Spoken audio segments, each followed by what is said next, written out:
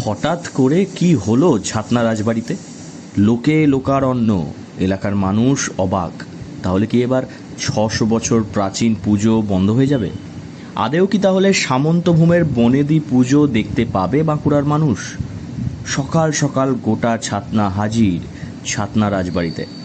রাজবাড়ির দুই পক্ষের বিবাদের জেরেই তৈরি হয়েছে পুজোর অনিশ্চয়তা।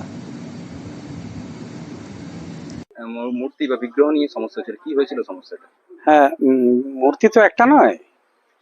মদন মোহন থেকে আরম্ভ করে প্রায় শালগ্রাম, শিলা সব মিলে প্রায় 30টা বিগ্রহ ছিল। আমাদের পুরনো বাড়িতেগুলো রাখা ছিল। তো আগে যিনি ছিলেন উনি তো মারা যাওয়ার পরে তো বংশগত অধিকার হিসাবে ওগুলো আমি তো চাবি টাবি আমি সব নিয়ে নিয়েছিলাম। বাসুর মন্দিরের চাবি আমার কাছ থেকে যদিও ছিল, তো সেগুলো আমি নিয়ে পুজো যথারীতি হচ্ছিল আর কি।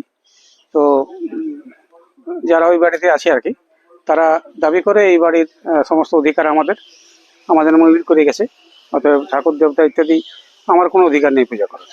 তো সেই নিয়ে ঝামেলাটা হয়েছিল। রানীমার মৃত্যুর পর মদনমোহনের মূর্তি সমেত প্রায় 30টি মূর্তি কার কাছে থাকবে, এই নিয়েই শুরু হয় বিবাদ।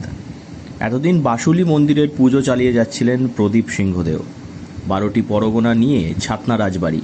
সেই কারণে 12 পরগনার রাজবাড়ির প্রতিনিধি এবং স্থানীয় পঞ্চায়েত সমিতির সামনে এই বিবাদের একটি সমাধান খোঁজার চেষ্টা করা হয়।